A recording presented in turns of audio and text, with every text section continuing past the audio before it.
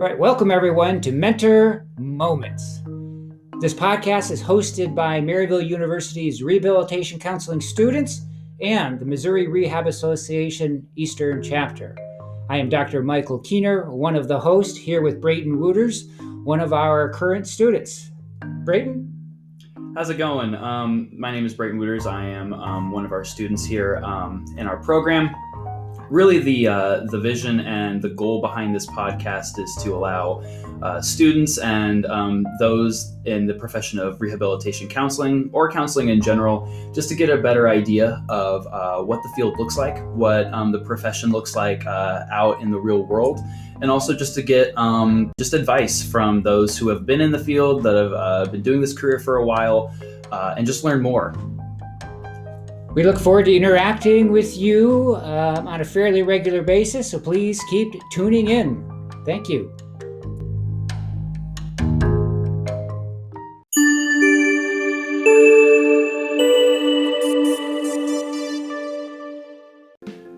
On today's episode of Mentor Moments, we have Candice Farrell. Candace is an LPC and graduated from Maryville University's rehabilitation counseling program in 2007.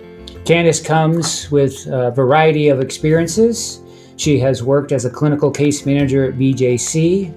Currently, she also sees clients at St. Louis Counseling. She's also currently employed as a practice consultant for Anthem and is teaching adjunctly this semester for Maryville University's rehabilitation counseling program. So Candace, I think a good place to start would just be telling us a little bit about yourself.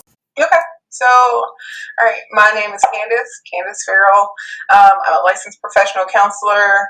So right now, I actually have multiple jobs. I'll say that. I work in the insurance company, but then I also work in a group private practice and an adjunct professor at Maryville University. Typical day, that I can actually say that there is a typical day. So generally with the private practice, I know who's on my schedule, who's going to come in. I don't typically know what the, presenting problem is per se. So the clients may indicate that they have an idea of what they want to talk about in therapy. But when we come into the traditional therapy session, and most of my therapy sessions are telehealth, they may start talking about something completely different than what they've identified as the problem area. And so we get into the traditional counseling session. And so the only constant there is paperwork. So that doesn't change. It is always there. So you mentioned telehealth. Surprised you about your job or just about your field in general, starting out or even now, that's really surprised you?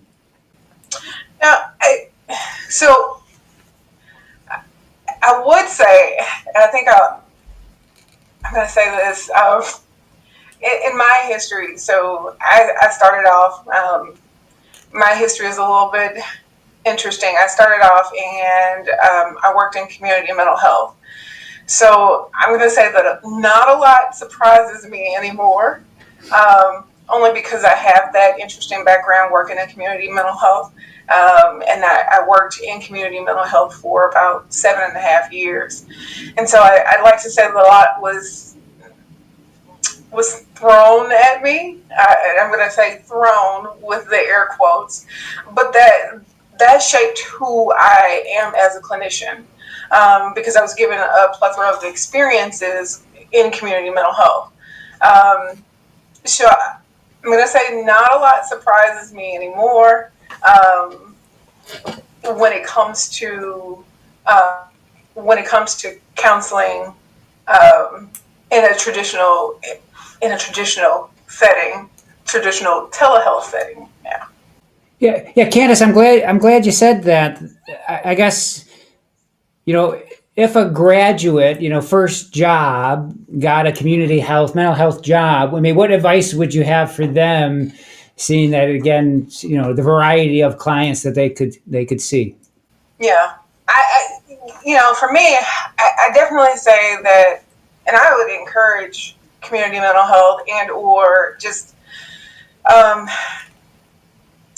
community services in general. I would encourage that, whether it be internship, and just really saturate in that, because one, it gave me the opportunity to be knowledgeable about the services that are just offered in the entire metropolitan area, in the service area that I was going to be working in. And then I knew that I wanted to be, my focus was going to be on mental health. So it gave me a huge insight on a variety of mental health issues and concerns. It gave me the opportunity to work with people who have been diagnosed with a range of mental illnesses. And it didn't just kind of pigeonhole me into just mental illnesses. I'm sorry, I keep trying to also light, but it didn't pigeonhole me into just working with a person with a mental illness, but it gave me a variety of backgrounds. So while I worked with a person who was diagnosed with major depressive disorder, I was able to see just the wide range of persons who were diagnosed with major depressive disorder. So I was able to see that, not only seeing them be able to work, but also see people who were struggling a little bit, but also see them to survive and thrive in the community setting, not just be in the hospital. I was also able to see people who were diagnosed with schizophrenia, but also see the services, and also be provided with resources that were able to help people in the community, and also see the wide range of services and resources in the community. I don't think that I would have been able to get that opportunity had I just gone to a traditional private practice. And I think that would have actually, for me, it may have stagnated where I was, because I actually then went off to the insurance companies and started doing some case management in the insurance companies. And I wouldn't have been able to advocate for those clients with commercial insurance the way that I was able to with clients who had just Medicaid and Medicare. So I hope that answered that. It does answer. I guess that last point that you mentioned, or at least that struck with me, is sort of the social justice aspect that you, having such a wide experience with clients, helped you in your new role, but then also, again, that more importantly, to self-advocate for them, or help them to self-advocate as well. Yeah, I certainly don't think that I would have had the voice. I don't, for me, and I can only speak for me, that I certainly found my voice working in the community mental health agencies. And that voice started off very dull, and grew working in community mental health. So then I found, and oddly enough, also through the rehabilitation counseling program, because I was working while I was also going to school. And so being able to advocate and also coinciding with the program, it helped me just to be more confident in where I was going and advocating for the population. So I think, just to bounce off of what you just said, because you just mentioned, how the rehab counseling program helped you and aided you through your practice. Has there been anything from your education that has been an obvious tool for you? Anything that's really struck out? Anything that's really stuck out for you? Yeah, Um, One of the things that for me, uh, I find that for the counseling program, so it's specifically for rehabilitation counseling, have always been in the forefront of putting person first, one, which oddly enough, insurance companies and the medical field is so far behind in that here we are, and if I graduated the program in 2007, it is 2021. We are just now coming along with identifying person first and identifying and saying, well, if a person has a mental health concern, then it's affecting their physical health needs, and vice versa. So if they have a physical health need, then it may affect their mental health. And so I don't understand why we're so far behind when in the rehabilitation counseling program we've been talking about these things, and we have also been talking about putting the person first. And so if anything, that has consistently helped me along the way, and remembering that always keep the person in the forefront and always identify the person as a human, surrounding anything when it comes to a part of their treatment, and treat people with decency and respect. Yeah, Candace, I'm really glad you said that. So I think for any potential student who is listening to this, that really make that mind-body connection, that it's really a system. So really any sort of impact to one body system has an impact on other systems. So again, and even maybe on a broader perspective, mental health can then also impact, the employment setting, or, mental health at the employment site, if you're not necessarily feeling valued, can then impact personal life and personal, well-being as well. And I appreciate, I guess, those two things too that I'm hearing again, that there's a part of counseling, there's an advocacy piece, but also again, that holistic and understanding how everything is interconnected. Yeah. So I guess I'm going to ask for you to share any tips or nuggets of advice you'd like to give a student in the field, or someone who's thinking about coming into the rehabilitation counseling program / profession. Yeah, absolutely. I kind of wrote down a couple of things. And I think that I think Brayton knows this. One of the things and I'm thankful for the opportunity to teach, because I start the class with just kind of a check-in, and so that's important. So my very first thing is anybody who's entering the field, one, self-care, and so I start the class with a check-in, not because my role as a counselor, but because as you're entering the counseling field or in rehabilitation counselor, you have to be stable or balanced enough in order to so to speak. And so I'm a huge advocate for that. So whether it be, and we're in all walks of life, so to speak.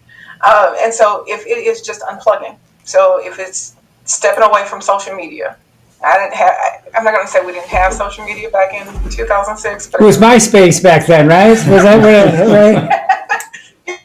I think it was MySpace, and we had to actually do the work to actually change the color of your page.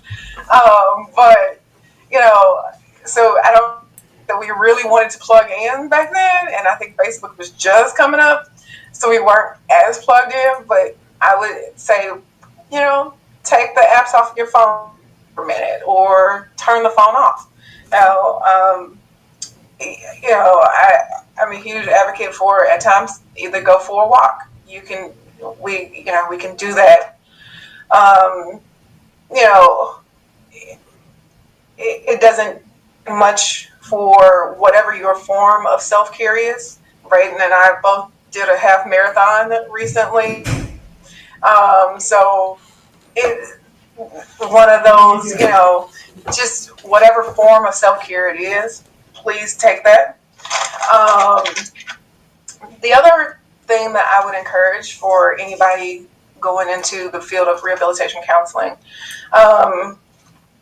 is to diversify. So if you're looking at going into the field, you don't always have to just stick to counseling. So much like I talked about my history and community mental health, and then I also kind of mentioned that I work in the insurance company.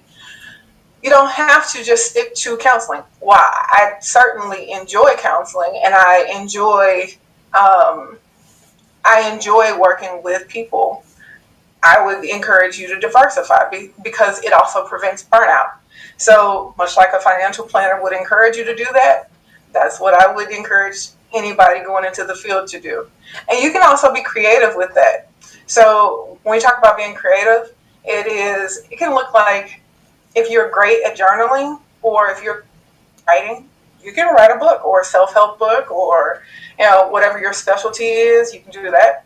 You can go into teaching, or you can go into there are like little self-help cards that you can do.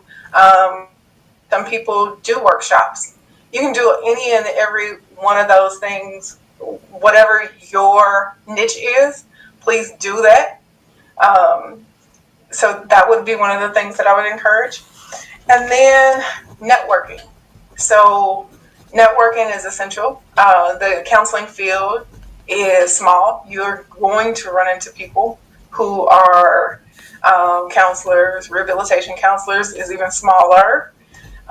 So network and utilize those resources.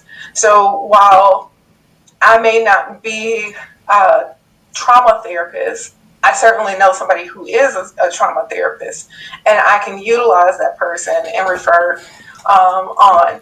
And so, and they can also then refer to me with my specialties and the things that I specialize in. And the last thing that I would encourage is to consistently maintain supervision, because while we have supervision for licensed professional counselors, after you get your, so if your desire is to get your CRC, and then in Missouri and or across the country, you have to have 3,000 hours or so of clinical supervision to get your license. So that has to be under somebody who's licensed. But even then, afterwards, I would encourage to have some type of person that you can go to, a mentor that you can bounce some things off of. Just because in the world of counseling, things change, and you want to have somebody who you can establish that rapport with, who can mentor you, who you can go back to and ask those tough questions to, and that you can get a solid response from. I think that those are all great tips. I appreciate that you mentioned the creativity of the field. That was something I had never really expected, I think, going into it, but really, like right out the gate, I already noticed, like, wow, there's a lot of different creative ways just from a practice standpoint, but also from a career standpoint as well, of just how broad you can go with it. So we just want to take this time finally, kind of, to just before we wrap it up here, like to hand the mic over. You did give a bunch of awesome tips, but is there anything left that you'd like to give our listeners, our students, for your mentor moment? Nope. I'm going to take this opportunity to plug Maryville University and the awesome program that Maryville has. I think that Maryville does an excellent job in preparing the counselors, the rehabilitation counselors, for success, real life application. So that's what I'm going to plug here. But yeah, thank you for this opportunity. Candace, we couldn't have been more happy for you to participate in our Mentor Moments podcast, and we look forward to you continuing to being a positive force in the St. Louis rehab community. Thanks for joining us. Thank you.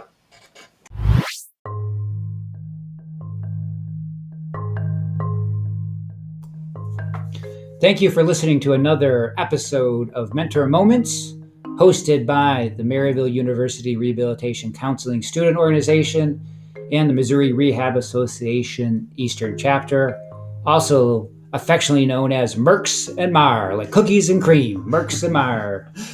If you want to learn more about our program here at Maryville University or just rehabilitation counseling in general, we want to encourage you guys to follow us on social media. You can follow us on Instagram at rehab_Maryville, on Twitter at Maryville Rehab, or on Facebook at Maryville Rehab Counseling. If you want to learn more about the Missouri Rehabilitation Association Eastern Chapter, you can log in online on mraeasternchapter.com to get more info, and we look forward to seeing you guys next time. All right. See you then.